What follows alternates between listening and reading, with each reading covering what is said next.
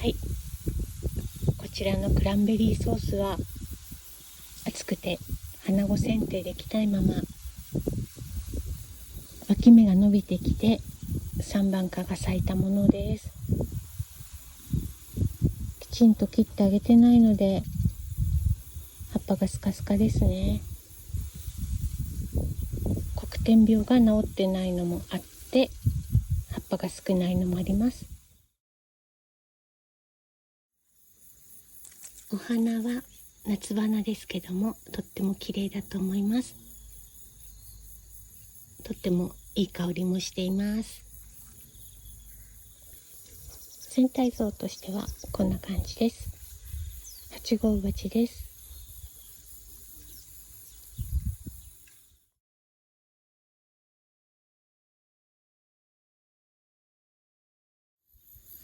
はい、こちらはお気に入りの集計バラのアプリコットドリフトです。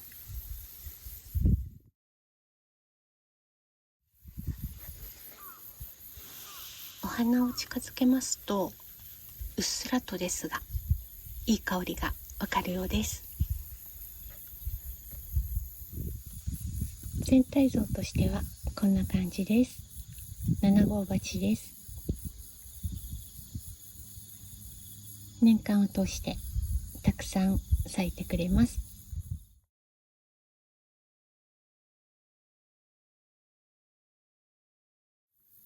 はい、こちらは楽しみにしておりましたディオレサンスの夏花です。黒点病の合間に咲かせました。この子はもう数年間年中黒点病なのでしょっちゅうも脱皮をするかのごとく葉っぱを全部取り除いて黒点病治療をしながら育てています。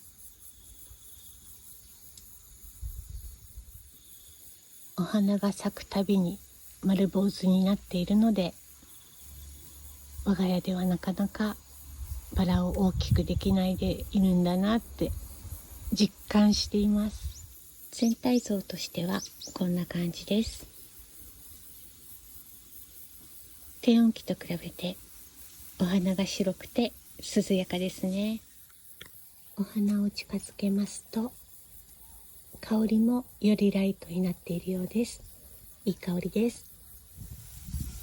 春と夏でお花の印象がガラッと違うので黒点病は厄介ですが2度おいしい育てて楽しいバラだと思います。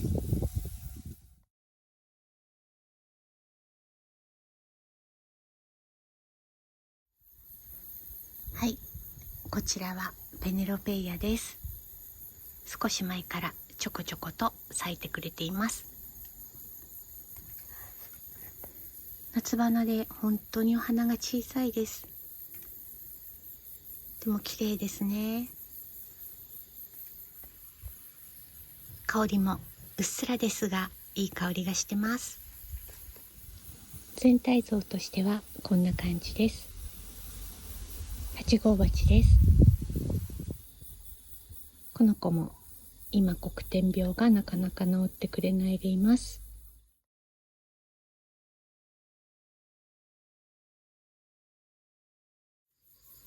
はい、こちらは国枝啓二先生のひよりちゃんです。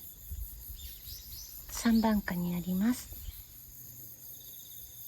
この子は2番花の後に黒点病で一度丸坊主になっている子です。2番花が7月10日にご紹介してますので、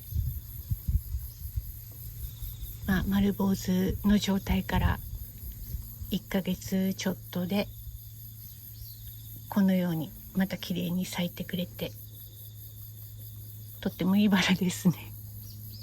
とってもいいバラっておかしいですかね、言い方が。全体像としてはこんな感じです。8号鉢です。樹勢があまり強くないので弱剪定がいいというお話を聞いて1番花の後の花子剪定ちょっと軽めにしていたら2番かだいぶ長くなってしまいましたので、黒点病もひどかったので結構切り詰めて、今こんな感じです。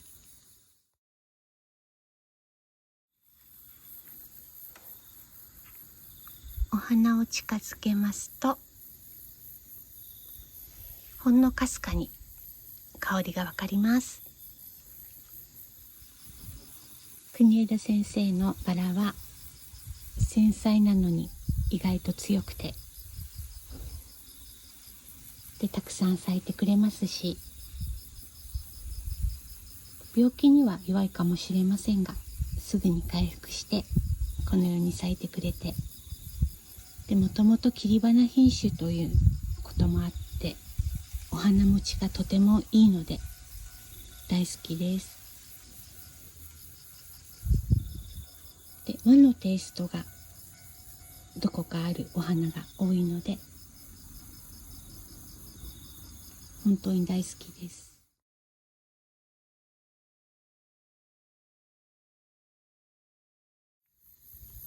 はい、こちらは2020年に交配した私のオリジナルのバラで、お母さんがクチュールローズチリア、お父さんがルイの涙です。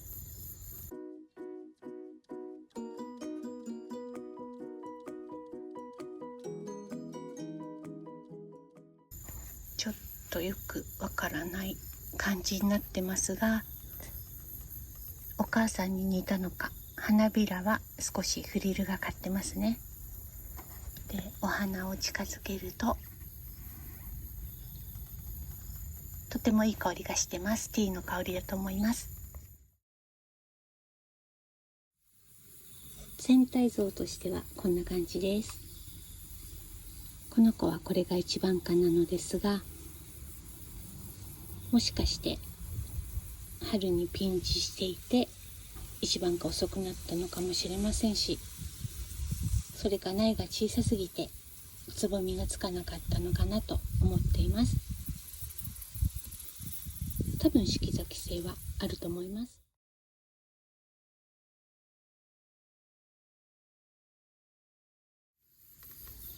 はい、こちらも2020年に交配した私のオリジナルのバラです。この子はお母さんがカーディナルフュームで、お父さんがペネロペイヤです。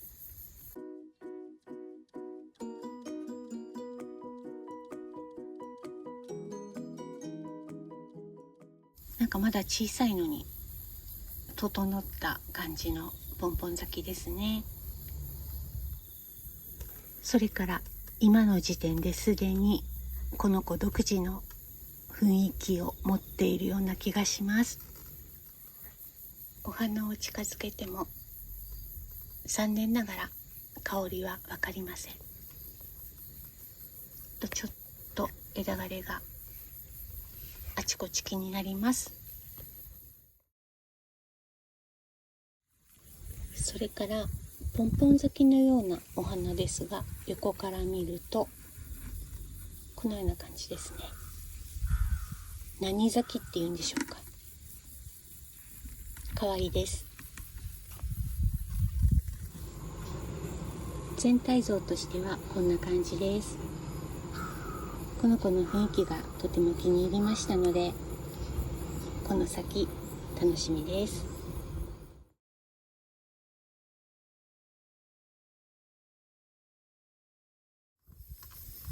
はい、こちらの美人さん、2020年に交配した私のオリジナルのバラです。こんなに小さいのにかなり整った顔してると思います。お母さんがカーディナルフュームで、お父さんがキャラメルアンティークです。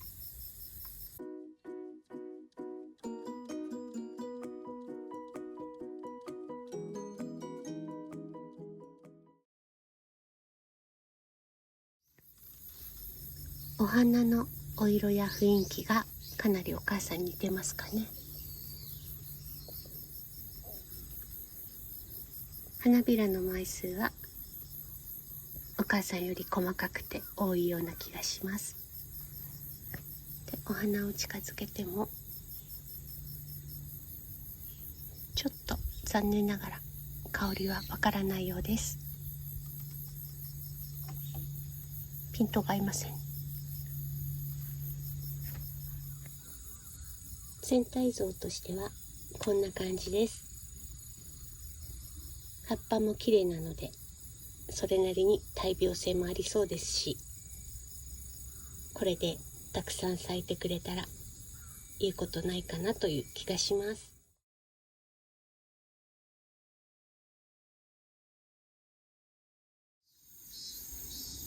はい、こちらはジャクリーヌ・ルブレです。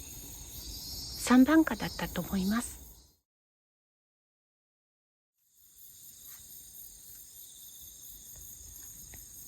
お花を近づけますと、ほのかにいい香りがしています。全体像としてはこんな感じです。8号鉢です。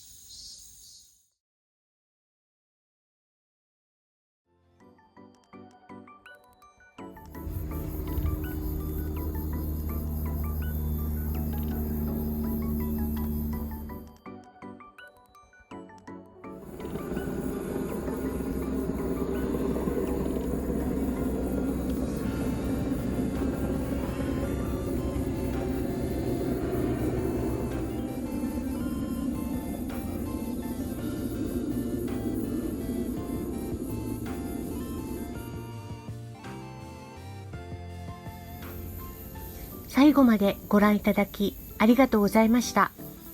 それではまた近いうちにお会いしましょう。